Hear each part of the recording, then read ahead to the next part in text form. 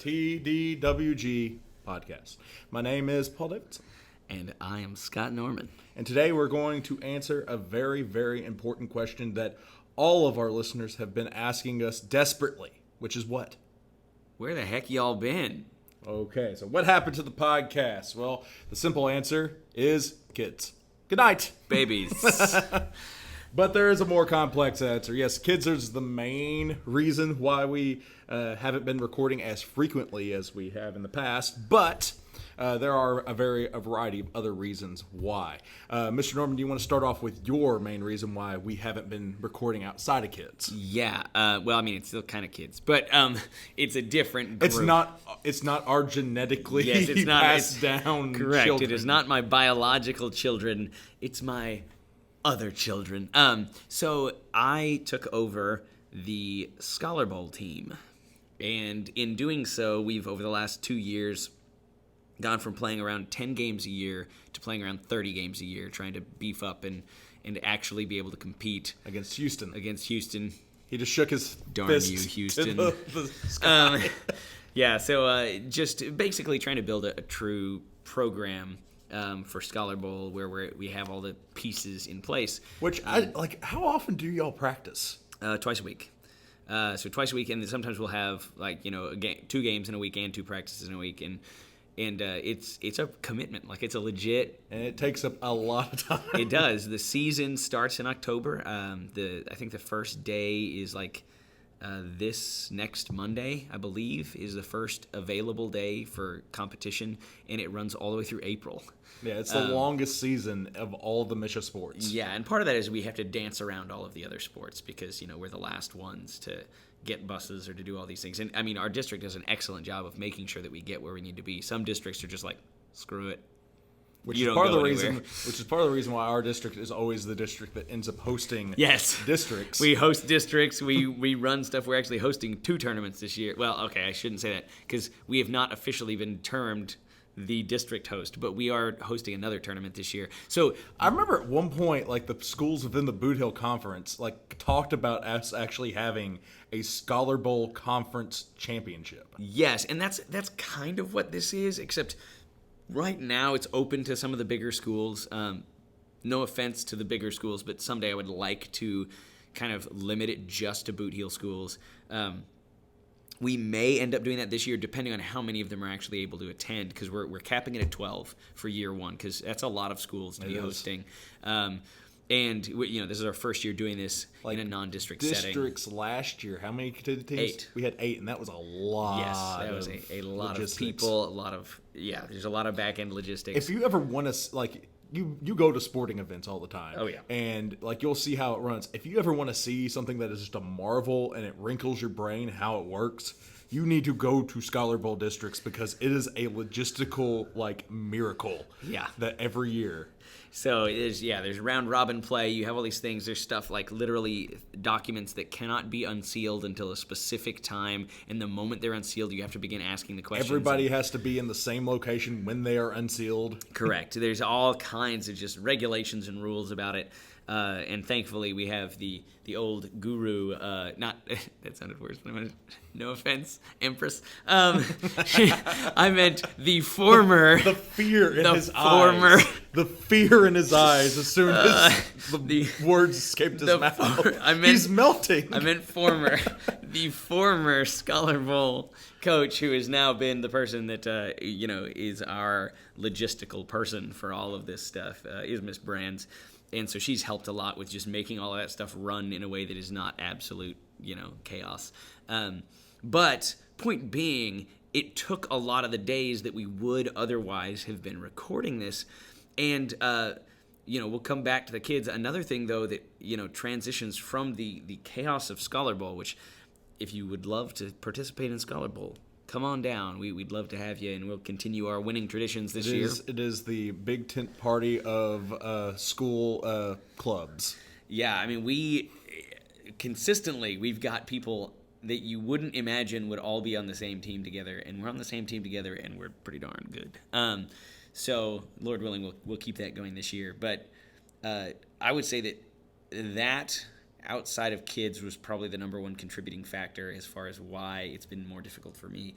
but one that excuse me, transitions more back to you here, is that I also finished, my degree and therefore had no deadline to meet, but yours was really a big deal here. Yeah, the reason why we even started this podcast was because I was doing an assignment for my master's coursework, and every time we got an option to do a multimedia type of project, I elected to do the podcast because we had an audience. The kids found it, discovered our podcast, and they liked it, and it was something that was fun, and it was, I wouldn't say easy, but it was fun to do for my particular thing. And so a lot of the early, like year one TDWG podcast episodes are homework assignments that I was having to record for something to submit for my master's. And in fact, you had the very last assignment that I had in my master's coursework, the omnibus, the 3 vital V's of the English classroom omnibus on this channel.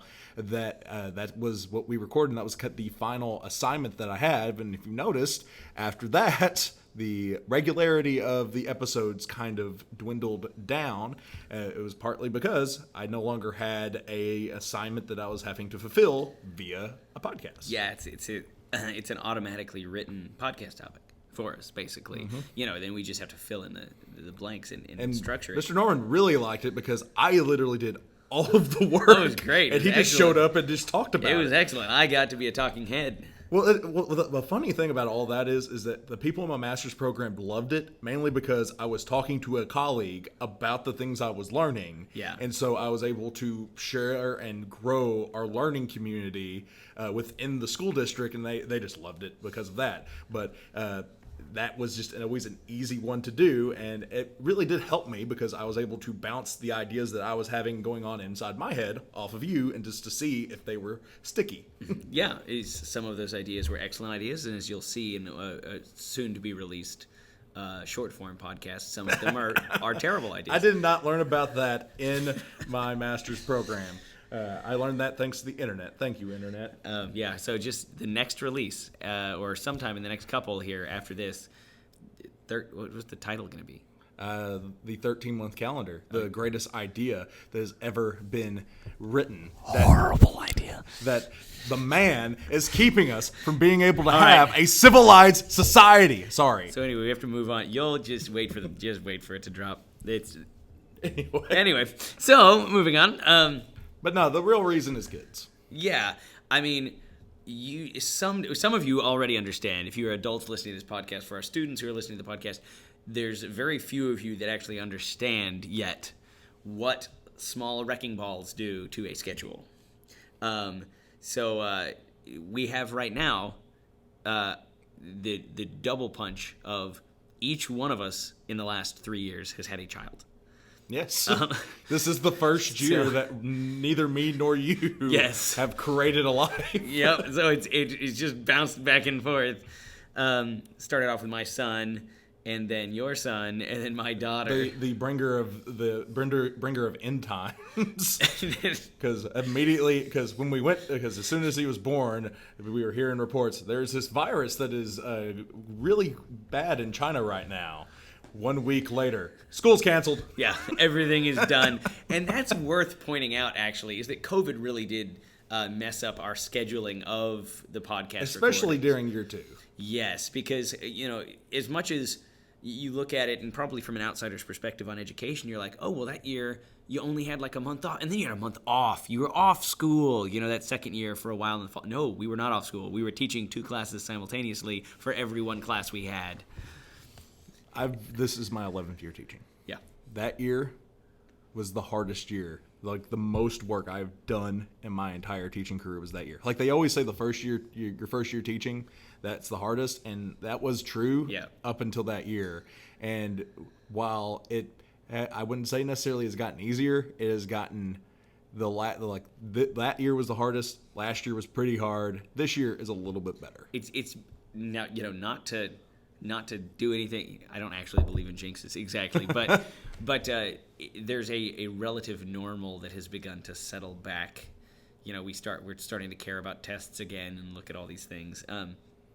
But during the height of COVID, Of course, you could not. We had to social distance. Yeah. Me and Mr. Norman violated that a couple times, but Yeah. it's hard to get people to come and join you on the podcast if you're Absolutely. social distancing and all that stuff. And so that was a big thing that really Besides hurt the podcast as well. Talking them into coming down the stairs into the bunker was difficult. I mean, it was safe for us for the longest time, and then you opened the door and brought the world inside of it. I'm sorry. You just said, smell you later, and just left whenever I was nice and safe, and then you got COVID, I got COVID, everybody got COVID. Yep. And we had Linda on to talk about how she gave everybody COVID. It's just all over the place. But the deal is that during that time period, while it looked like school was returning to normal, outside of school hours all the time, instead of dealing with writing podcast topics, we were dealing with virtual students. And at that point in time, we had probably like 20 students.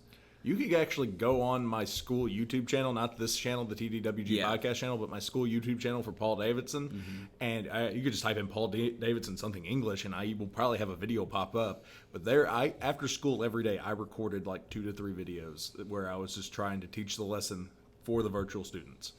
Yeah, and I was up here till like 4:15 every day just recording videos. Yes, it was like there was that dealing with, for me, just attempting to figure out how to digitize all these things, because a lot of my work that I do involves discussion and interaction, and trying to digitize that in a time where we couldn't say at this time be online and take attendance, because it just didn't work that way. Figuring all of that out took up the creative mind time that otherwise would have been spent on this podcast. I'm about to cough. and that was that was a biggie, but I will circle back again to, once again, like, we have small children. If our children were a little bit older, it might have been a little bit easier to handle, but like, my son is 2, your son is 3, your daughter's 1. My son goes to daycare in New Madrid. And I don't want to get into the story why he has to go to New Madrid, but he goes to New Madrid. But that could and be so an entertaining... No. And we have to drive. I have to drive after school to New Madrid to go pick him up to bring him back down to Porterville, depending on what's going on with my wife that day and her job, which she has a very stressful job as a social worker. Yeah. Which on top of that, COVID also made even weirder. And so that's one like example of eating into our time to be able to record the podcast. Yeah, and something else that you don't understand until you have kids is that they eat into every aspect of your time. So like sleep doesn't happen for years at a time. Or as the kids say, why don't you just do it in your free time? Yeah, it's like, yeah, good, get me some of that.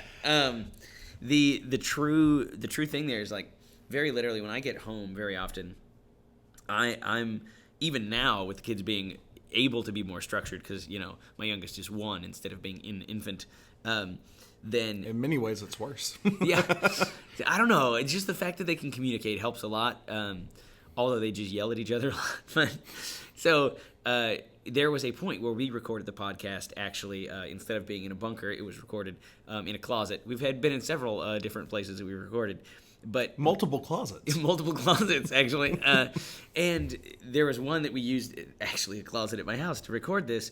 And we very literally now could not do that in my house, because the screaming at any given time is going to happen.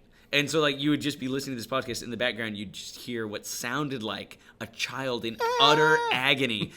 And, you'd be like, oh my goodness, what horrible things are going on here. And what it is that, like... the wrong trucks are on. Yeah, that. Or my 1-year-old has walked past and seen my 3-year-old playing with something and picked it up and walked away with it. And my son doesn't understand the concept of, well, take it back, you're larger. He's terrified of the 1-year-old girl. And so he just starts sobbing and shrieking at the top of his lungs. And, so we have to deal with all of that. And another note, like me and Mr. Dorb like each other, and we are friendly with one another, but outside of this building, we hardly see each other. Yeah, we live in different places, which makes it difficult, because in order for us to, hang out outside of this, one of us is driving 45 minutes one way or the other. And so while we're friends, it's not like, some of you imagine that we just walk out of school every day and hang out for the afternoon. It just doesn't happen. We're busy doing other things. And so it makes it very difficult because you've got to plan it, and we have done that. We have taken the time to do that and record. This is just one of many episodes that we have put together for you for the next foreseeable future. Yeah, and so it's just a more difficult proposition than you would imagine. But the cool thing is, we will have stories and great content for podcast things coming from those kids. I have all kinds of fun stories that I can tell about. Oh, we should do a horrible kids episode. Yeah. Not that our kids are horrible, but just kid stories. Yeah, and that's the thing. Like, I want to make sure that I'm very clear. I'm super blessed. I'm so thankful for both of my kids. I love them both very dearly. And there's a bunch of awesome stories that we have as well from them. But toddlers are there's a reason they jerks. call terrible twos terrible twos, and it's not because like ultimately everything is terrible. It's just because they're figuring out how life works while you're attempting to get them to figure out how life works, and they're kind of obstinate, and there's all kinds of other fun things that we can get into. But it just means that once again, creative juices are being spent elsewhere. And So just to recap, here's the main reasons why we haven't been recording. And let us promise you, anytime we get a chance, anytime we get an opportunity to record, we try to squeeze it in. Like today was the day, and we have squeezed as much as we can out of it. Yeah, absolutely. But the reasons why are number 1, kids. Yep. Number 2, Scholar Bowl. Number 3, the Masters being finished. Number 4, COVID. Yeah. And the cool thing is we do have an opportunity that is growing rapidly here.